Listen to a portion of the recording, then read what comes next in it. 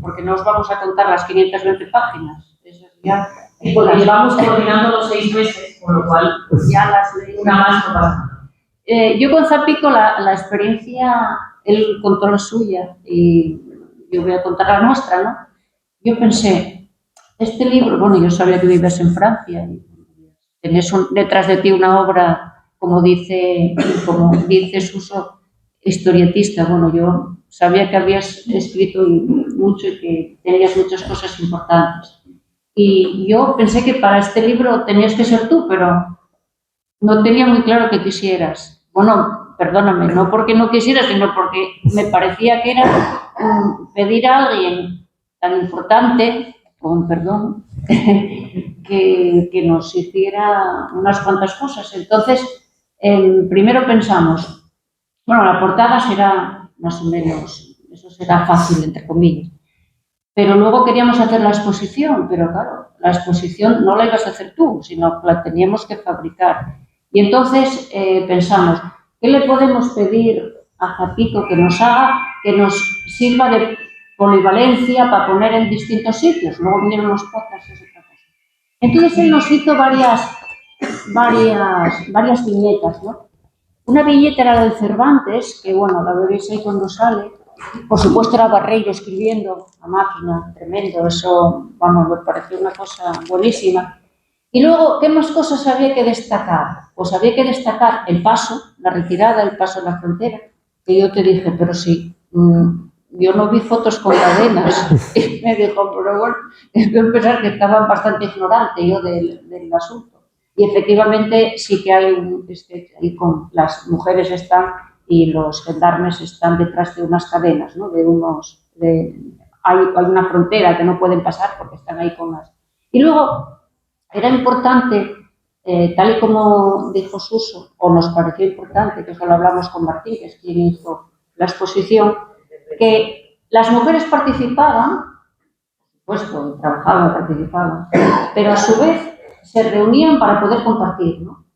De la manera que hay otros 2 sketches que he visto sobre el trabajo, la solidaridad y cómo se manejaba la vida en el exilio, muy complicado, pero sobre todo cómo había una mesa en torno al cual se reunían para compartir. Y luego venían ya las personas concretas, entonces te íbamos pasando las fotos, bueno, te iba pasando las fotos y muchas efectivamente, vamos, las acertaste, no, es que vamos, las pusiste que se reconocen fácilmente, es decir, que tienen unos rasgos muy, muy fáciles de conocer. Y luego pensamos, y luego te pedimos alguna cosa más, abusando de la confianza, sobre mujeres que tú tenías en otras obras, por ejemplo, Dublinés, tenías en Dublinés muchas mujeres con cartas, y bueno, también nos las pasaste, entonces hicimos una combinación de todo ello. Y claro, es que no te lo podemos agradecer, nada más que decírtelo y agradecidas que estés aquí, pensando, yo siempre pensaba, ¿en qué día vendrá Zapico para poder decir cómo llegó a esto, cómo lo fue construyendo, cómo lo fue fraguando? Y gracias porque nos lo dijiste, entonces está muy bien. Y el exilio es verdad que si vives en Francia tienes que tenerlo de referencia, porque allí estuvo muchísimos españoles y españolas. Y bueno, el libro es fruto de lo que tú dices, de que a las mujeres hay que ponerlas en valor, escuchar lo que ellas decían, aun sin saber si Barreiro iba a recoger las cartas, que las recogió todas. Bueno, algunas igual se perdieron, pero para poder cotejar 1153 ya es bastante durante un tiempo, ¿no? Y los 47.000 documentos que hay sobre Barreiro, pues también es mucho más, porque tenéis que saber que las cartas que están aquí las cotejamos con otras cartas de otras personas, que no son mujeres, las mujeres están todas, otras personas que se escribían con él. Entonces a veces había que cuadrar una cosa con otra para poder obtener datos, porque sabréis que muchas de las mujeres tenían el apellido del marido, de tal manera que el otro día una experta historiadora dice, pero esta señora no es esta es esta otra, ¿no? Claro, es que tiene el apellido del marido, ¿no? Y bueno, eso también hubo que andar investigándolo y bueno, muchas cosas más. Entonces, nada, yo creo que con Patricia, para que no alarguemos más esto, el libro ya lo leéis tranquilamente, pues vamos a hacer una pequeña presentación de cómo va la exposición, los podcasts y de paso conectarlo con el libro. Bueno, todo eso lo hizo Patricia, así que te paso ahí a la palabra. Yo sí que brevemente sí que me gustaría hacer una breve mención, evidentemente, a esa parte que me corresponde a mí de todo este proyecto.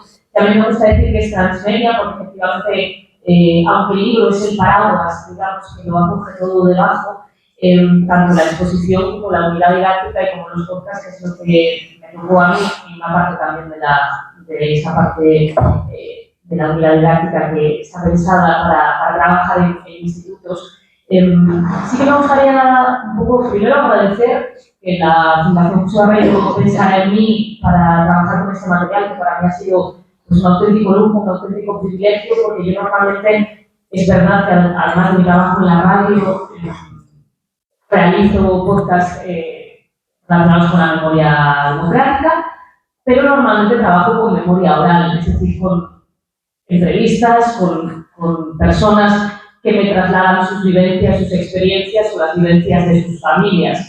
Y en este caso trabajaba con un material muy específico, que era esa relación epistolar muy concreta, muy de ida y vuelta, ¿no? Porque normalmente se pueden tener las cartas que recibía una persona, pero el caso, y se comentaba antes en esta mesa, el verdadero valor de esta relación epistolar era que disponemos, que está documentada en las dos partes, es decir, tanto esas cartas que José Barreiro recibió a lo largo de tantos años, entre el 39 y el 75, como las cartas que él remitía a esas mujeres, es decir, que era tan meticuloso, tan riguroso, tan sistémico, ¿no? en su trabajo o en esa parte de su trabajo, que él guardaba y archivaba una copia de cada una de las cartas que le remitía a estas mujeres. Con lo cual, este material, esta documentación desde el punto de vista de la producción sonora, es muy interesante porque podemos tener ese intercambio, ¿no? Ese intercambio de voz.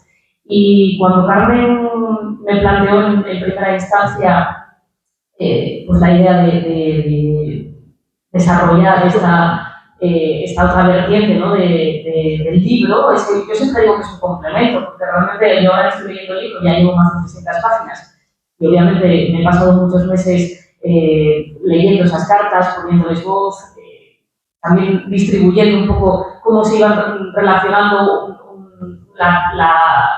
una parte y la otra, ¿no? la escritura y la respuesta.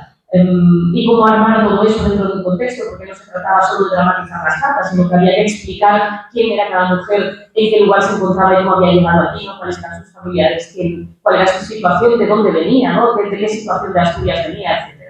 Pues cuando me planteé todo eso, tuve muy claro que efectivamente las protagonistas tenían que ser las mujeres. De hecho, por eso cada uno de los capítulos, o al menos en los que se relatan el detalle de esas cartas, tenía que tener nombre de mujer, porque efectivamente si algo define a estas cartas es que las mujeres escribían o contaban a Barreiro las particularidades de su vida cotidiana.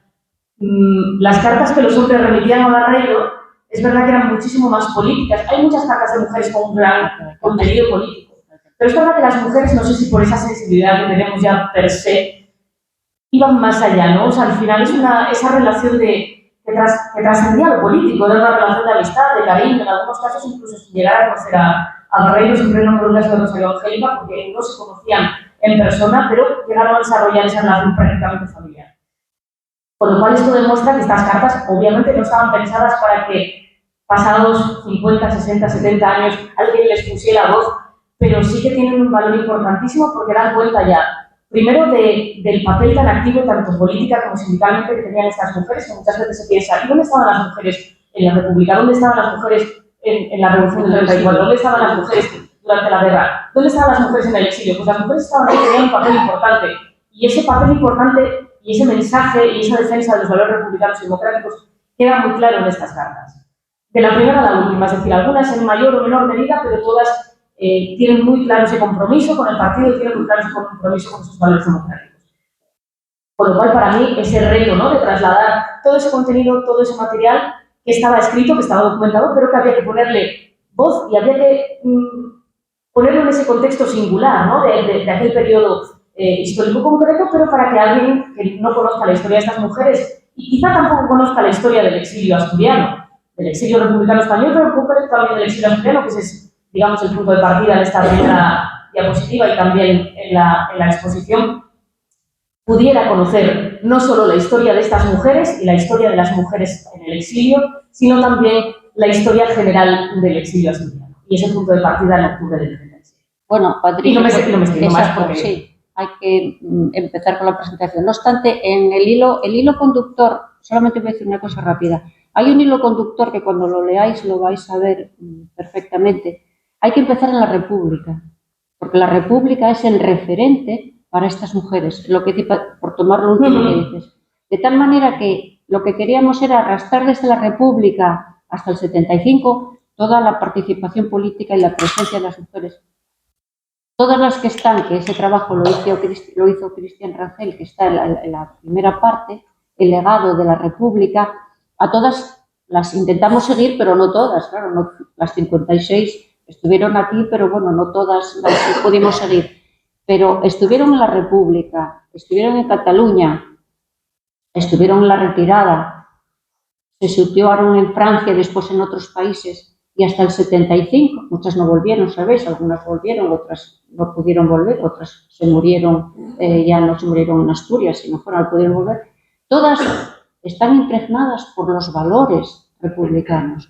No hay carta, no siempre, que no digan a favor de la República, a favor de las libertades, a favor de la democracia. O sea, es una trayectoria que ves que desde el principio hasta el 75, y esperando volver, esperando la democracia, esperando que Franco se muriera y esa historia. Bueno, Patricia. Son muchos elementos comunes los que efectivamente, aunque haya mujeres que tenían edades diferentes, procedencias diferentes, profesiones diferentes, en todas las cartas quedan muy bien constatados y muy bien registrados todas esas cuestiones comunes, la salud, la nostalgia por el regreso a Asturias, esos valores. Y el valor de la militancia de la República. Pues para no extendernos mucho, porque efectivamente tenemos aquí unos pequeños resúmenes que relacionan tanto los